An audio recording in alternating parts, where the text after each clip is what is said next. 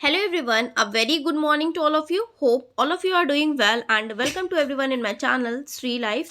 जैसा कि आप सभी को पता है कि सीटेट का एग्जामिनेशन बहुत ज़्यादा नियर है, तो मैंने पोल लगाया था, तो उसमें सीडीपी उसमें टैग वर्ड्स की ज़्यादा रिक्वायरमेंट आ रही थी, तो पहले टैग वर्ड्स हम डिस्कस कर लेते हैं। ओके, और 6 to 8 आपकी एनसीईआरटी चल रही हैं, ठीक है।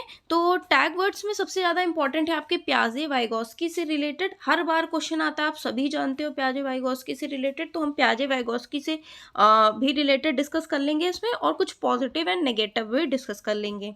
So let's start our video. देखिए, प्याजे ने क्या दिया था, प्याजे का हम बोल सकते हैं संज्ञानात्मक सिद्धांत दिया था, या फिर हम प्याजे की कॉग्निटिव थ्योरी, ठीक है, इन्होंने ये दिया था। प्याजे क्या बात करते हैं, कॉग्निटिव डेवलपमेंट की, इंटेलेक्चुअल डेवलपमेंट की। प्याजे हमारे कौन है, स्विस साइकोलॉजिस्ट हैं, ठीक है। अगर हम बात करें तो नंबर 1 पॉइंट है कि सामूहिक एकालाप। प्याजे ने ही बोला है कि सामूहिक एकालाप, जिसे हम कलेक्टिव मोनोलॉग बोलते हैं, इन्होंने दिया है। 3 से 5 वर्ष में होता है ये, ठीक है, इसका ड्यूरेशन है। फिर पियाजे के हिसाब से वैसे तो विकास सतत प्रक्रिया है, बट पियाजे कहते हैं ऐसा, प्याजे ऐसा बोलते हैं कि विकास एक असतत प्रक्रिया है, ठीक है। प्याजे के अनुसार ऐसा है कि डेवलपमेंट जो है डिसकंटिन्यूअस है, ठीक है। तो हो सकता है एग्जामिनेशन में आपसे पूछ ले ना। संज्ञानात्मक विकास को इन्होंने 4 स्टेजेस में बांटा है प्याजे ने, बौद्धिक विकास को 4 स्टेजेस में बांटा है, ठीक है। नेक्स्ट अगर हम बात करें तो प्याजे कौन है, रेडिकल कंस्ट्रक्टिविस्ट हैं, रचनावादी हैं। और प्याजे के हिसाब से है बच्चे क्या है, एक्टिविटी करके सीखते हैं, या हम बोल सकते हैं लर्निंग बाय डूइंग, ऐसे सीखते हैं, ठीक है। बाय एक्टिविटी अपने संज्ञान का निर्माण वो खुद ही करते हैं, या अपने ज्ञान का निर्माण खुद ही करते हैं, एक्टिविटी करके बच्चे सीखते हैं। प्याजे ने ही स्कीमा वर्ड का मतलब स्कीमा वर्ड यूज़ किया, जैसे हम मेंटल स्ट्रक्चर बोलते हैं। स्कीमा ऐसा होता है, जैसे आपको ये स्क्रीन पे मैं जो ये पढ़ा रही हूँ, आपको दिख रहा होगा कि ये पेन से लिखा गया है, ठीक है, और ये पेपर पे मैम ने लिखा है, तो आपके दिमाग में एक स्कीमा बना हुआ है कि ये मैम मार्कर यूज़ कर रही हैं, ठीक है। तो आपके दिमाग में मेंटल ब्लॉक्स, मेंटल स्ट्रक्चर्स में है कि मैम ये पेन चला रही हैं येलो कलर का, ठीक है। तो यही है स्कीमा, यही है मेंटल स्ट्रक्चर, यही है मेंटल ब्लॉक्स, ठीक है ना। बच्चे क्या प्याजे क्या बोलते हैं, बच्चे जो हैं वो नन्हे वैज्ञानिक हैं, ठीक है। और बच्चे क्या है, एक्टिव कंस्ट्रक्टर हैं, या फिर बिल्डर ऑफ नॉलेज हैं, ठीक है। वो ज्ञान के सक्रिय निर्माता हैं, ओके। या फिर बच्चे नन्हे वैज्ञानिक हैं, ये भी इन्होंने ही बोला प्याजे ने बौद्धिक विकास बताया है, बौद्धिक विकास के बारे में बताया है ना। स्विच साइकोलॉजिस्ट है, ये तो हमने डिस्कस कर ही लिया। तो आई होप प्याजे का हो गया होगा कंसेप्ट, ठीक है। और वैसे तो इन्होंने बहुत सारी चीज़ें लिखी हैं, मैं वर्बली फटाफट बता देती हूँ। एडेप्टेशन है, एसिमिलेशन है, एकोमोडेशन है, इक्विलिब्रियम का प्रोसेस को इन्होंने बताया है, ठीक है, कि एसिमिलेशन कैसे होता है, इक्विलिब्रियम क्या होता है, न्यू सिचुएशन आती है, फिर डिसइक्विलिब्रियम होता है, फिर एकोमोडेट करता है बच्चा, ठीक है। एसिमिलेशन को फटाफट बता देती हूँ। एसिमिलेशन में क्या होता है, बच्चा इन्फॉर्मेशन को एग्जिस्टिंग स्कीमा में ऐड करता है, ओके, कि ये पर्टिकुलर चीज़ की इन्फॉर्मेशन है। एकोमोडेट में वो क्या करता है, अपनी इन्फॉर्मेशन में एडजस्ट करता है, मैनिपुलेट करता है, या मॉडिफाई करता है, ठीक है ना। ये तो बहुत बड़ा हो जाएगा, बट स्टिल थोड़ा थोड़ा सा हमने डिस्कस कर लिए। इनकी जो स्टेजेस हैं वो संवेदी SPCF के नाम से, sensory motor stage, pre operational, concrete operational, farmer operation, संवेदी पेशी अवस्था, पूर्व संक्रियात्मक, मूर्त संक्रियात्मक और औपचारिक संक्रियात्मक अवस्था। संवेदी पेशी अवस्था 0 से 2, पूर्व संक्रियात्मक 2 से 7, मूर्त संक्रियात्मक 7 से 11 और औपचारिक संक्रियात्मक 11 से 15 वर्ष, ठीक है। सब कुछ मैंने यहाँ लिखा नहीं है, बट मैंने ऐसे फटाफट बता दिया आपको, ओके। नाउ अगर हम एक बार थोड़ा सा आपको और बता देते हैं, जो संवेदी पेशी अवस्था होती है इसमें, चलिए ये तो कोई बात नहीं है, बड़ी हो जाएगी वीडियो। लेव वाइगोस्की के बारे में थोड़ा सा बताते हैं कि लेव वाइगोस्की ने क्या बताया है और कौन कौन से टर्म्स का यूज़ किया है इन्होंने अपनी थ्योरी में। देखिए, लेव वाइगोस्की क्या है, एक रशियन साइकोलॉजिस्ट हैं, और इनके हिसाब से एक ये सोशल कंस्ट्रक्टिविस्ट हैं, जिसे हम बोल सकते हैं सामाजिक रचनावाद हैं, और सामाजिक सांस्कृतिक पहलुओं पर, सामाजिक सांस्कृतिक सोशल कल्चर पहलुओं पर इन्होंने अपना ध्यान केंद्रित किया है, ठीक है।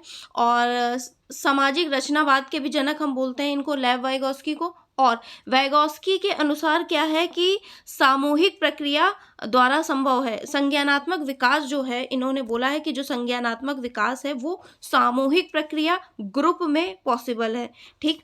और अंतःक्रिया, सोशल इंटरेक्शन से बच्चे सीखते हैं, बच्चे सामाजिक अंतःक्रिया करके सोशल इंटरेक्शन से सीखते हैं। सामूहिक में माने कि ग्रुप लर्निंग करके सीखते हैं बच्चे। और इनके अकॉर्डिंग विकास सतत प्रक्रिया है, विकास कंटिन्यूअस प्रोसेस है, और डेवलपमेंट हमारा कंटिन्यूअस प्रोसेस है, जबकि पियाजे ने डिसकंटिन्यूअस माना है। और इन्होंने प्रोसेस ऑफ इंटरनलाइजेशन की भी बात की थी, आंतरिकरण की प्रक्रिया की भी इन्होंने बात की थी, ठीक है। इन्होंने 3 पहलू बेसिकली बताए हैं जिसे हम SCL से याद रख सकते हैं, निमोनिक्स है। सोशल इंटरेक्शन और कल्चर और लैंग्वेज, ठीक है, तीनों की बात की थी। पियाजे ने ही कुछ टर्म यूज किए थे जिसे हम बोलते हैं ZPD, zone of proximal development, संभावित विकास का क्षेत्र, मतलब बच्चा कहाँ तक जा सकता है। मतलब मान लीजिए आप सीटेट का एग्जामिनेशन क्रैक कर सकते हैं, तो ये आपका ZPD हो गया। MKO कौन है इस समय? MKO मैं हूँ, मोर और नॉलेजेबल अदर, मतलब मैं जस्ट ऐसे एग्जाम्पल दे रही हूँ, ऐसा नहीं है, आप भी बहुत ज्ञानी हैं, ठीक। MKO की बात करें तो MKO मोर नॉलेजेबल अदर, जो आपसे उस पर्टिकुलर क्षेत्र में, उस चीज में ज्यादा जानता हो, ठीक है। ये सिर्फ एग्जांपल दे रही हूँ, कोई दिल पे मत लेना। MKO मतलब मोर नॉलेजेबल अदर, ठीक है। इसके फोल्डिंग की बात करें तो अस्थायी मदद मतलब टेम्परेरी हेल्प की बात होती है इसमें, इसके फोल्डिंग में। मतलब जैसे कि आपकी कुछ प्रॉब्लम्स को सॉल्व कर देना, अस्थायी मदद इस तरह से दी जा सकती है। या फिर आप इस तरह से आप समझ सकते हो कि जैसे वही साइकिल चलाने वाला एग्जांपल नहीं था कि कहाँ तक बच्चा जा सकता है, ठीक है, वो उसका संभावित विकास का क्षेत्र था, ठीक है। और उसको फादर की लर्निंग मिली, और फादर की लर्निंग मिली तो फादर क्या हुए? MKO हुए, मोर नॉलेजेबल अदर हुए। और पाड़ के रूप में क्या काम कर रहा था उसमें? साइकिल के दो क्या बोलते हैं, दो, जिसे बोलते नहीं है, जैसे साइकिल रुकी रहती, रेंजर वाली साइकिल में 2 छोटे छोटे टायर होते हैं, जिसे हम बोलते हैं रुक रुक रुक जाए, अगर साइकिल बच्चा गिरे ना, है ना, ठीक है। तो यहाँ पे ZPD आप कहाँ तक जा सकते हो, आप एग्जामिनेशन क्लियर कर सकते हो। MKO की बात करें तो हम अपने सीटेट के एग्जाम को ले लेते हैं। ZPD ये है कि आप सीटेट एग्जाम क्लियर कर सकते हो। MKO यहाँ पे मैं हूँ, इसके फोल्डिंग ये आपका नोट्स हो सकता है, ये टैग वर्ड्स हो सकते हैं, ठीक है, ये इसका फोल्डिंग है, ठीक। ये आपको बचा लेगा, गिराएगा नहीं, है ना। इसके फोल्डिंग इस तरह से आप ले सकते हो ना। अब अगर हम बात करें तो इन्होंने 3 रूप की भी बात की है, जो है सोशल स्पीच, प्राइवेट स्पीच और silent inner speech. Social speech की अगर बात करें तो सामाजिक वाक होता है, मतलब 2+ वर्ष के बच्चे ज़्यादातर ये सोशल स्पीच का यूज़ करते हैं, मतलब जैसे कि दुनिया में बात करना लोगों से, है ना। प्राइवेट स्पीच वो होती है जैसे 3+ उम्र के बच्चे खुद बोल बोल के खुद से बात कर लेते हैं, जिसे प्राइवेट स्पीच बोलते हैं, ठीक। साइलेंट इनर स्पीच कौन सी होती है? मौन आंतरिक वाक, जो 7+ ईयर के बच्चे मन में ही बात करते हैं, ओके, ये होती है साइलेंट इनर स्पीच ना। नेक्स्ट हमने बात कर ली कि इतने इंपॉर्टेंट टर्म्स की बात कर ली ना। अब देखिए कुछ और वर्ड्स हैं पॉजिटिव, वो क्या है? विकास जो है, वैसे हमें पता है पियाजे के अनुसार डिसकंटिन्यूअस प्रोसेस है, और बाकी सभी के अनुसार विकास जो है निरंतर चलने वाली प्रक्रिया है, निरंतर कंटिन्यूअस चलता रहता है। अगर हम बात करें बुद्धि की, तो बुद्धि का बहुआयामी सिद्धांत गार्डनर ने दिया था, 8 तरह की बुद्धियां, ठीक है, NCERT के द्वारा ये प्रूफ है ना। सक्रिय जो भी होगा तो सक्रिय आपका पॉजिटिव वर्ड्स में आएगा, सक्रिय एक्टिव, ठीक है। सहभागिता, बच्चों को आप पार्टिसिपेट करवाओ, बच्चों को पार्टिसिपेट कराओ किसी भी एक्टिविटी में, ठीक है। सहभागिता का मतलब यही है, पार्टिसिपेशन, सक्रिय मतलब एक्टिव। बाल केंद्रित शिक्षा होनी चाहिए, चाइल्ड सेंटर्ड होनी चाहिए, कि बच्चों के हिसाब से सिखाना है, ओके, बच्चों के हिसाब से सब कुछ अवेलेबल करवाना है आपको। समावेशी मतलब समावेशी, सभी को इंक्लूसिव एजुकेशन, सभी को इंक्लूड करते हुए आपको चैप्टर पढ़ाना है या सिखाना है, जिससे सारे बच्चे सीख पाए। क्रियाशीलता वही है कि क्रियाशील हों बच्चे, ओके। अवसर देना है बच्चों को समझने का, जानने का, खुद को बोलने का, प्रदर्शित करने का, ठीक है। विविधता का हमें सम्मान करना है, यूनिटी इन डाइवर्सिटी, कि सभी बच्चों की विविधता, भिन्न भिन्न पृष्ठभूमि से, भिन्न भिन्न क्षेत्र से वे आते हैं, तो उनकी विविधता का हमें सम्मान करना है, ऐसा रिसोर्स यूज करना है, ठीक है। संसाधन के रूप में यूज करना है, ये कोई मतलब बैरिकेड नहीं है विविधता, ठीक है, इसे हमें रिसोर्स की तरह यूज करना है, ओके। विभिन्नता हमने डिस्कस कर ही ली। और अगर हम बात करें तो सहारा देना वही है कि पाड़ है, ढांचा है, स्कैफोल्डिंग, ठीक है, वही है सहारा देना, ये भी पॉजिटिव ही है ना।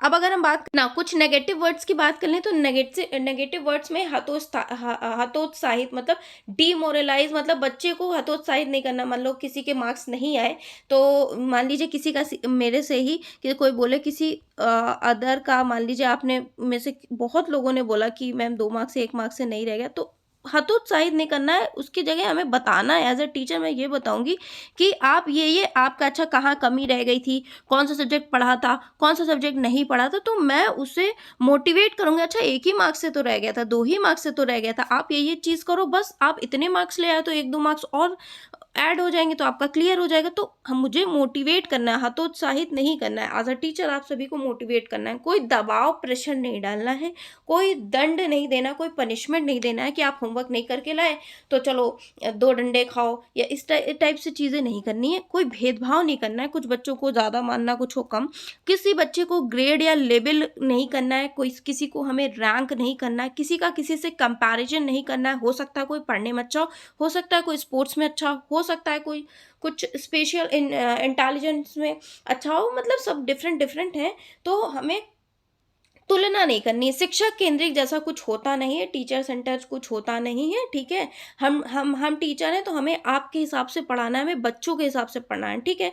बच्चों को याद करने को नहीं करना है, बात बच्चों को कंठस्थ करने को नहीं करना है, रोट मेमोराइजेशन को नहीं कहना है, बिल्कुल बाइकआउट कर देना है, ठीक है। आप खुद ऐसा पढ़ाइए कि बच्चों को सब याद हो जाए, सब उसके उनके दिमाग में स्कीमा सेट हो जाए, ठीक है ना। निष्क्रिय नहीं होना है। निष्क्रिय मतलब आप कुछ भी पढ़ा रहे हैं, बच्चे बस मस्ती कर रहे हैं, खेल रहे हैं, निष्क्रिय हैं, ठीक है। या फिर उन्हें कुछ समझने नहीं आ रहा है, सो रहे हैं, निष्क्रिय हैं, मतलब एक्टिव है ही नहीं, पैसिव लर्नर। पैसिव होंगे तो लर्निंग नहीं हो पाएगी, एक्टिव में ही लर्निंग पॉसिबल है।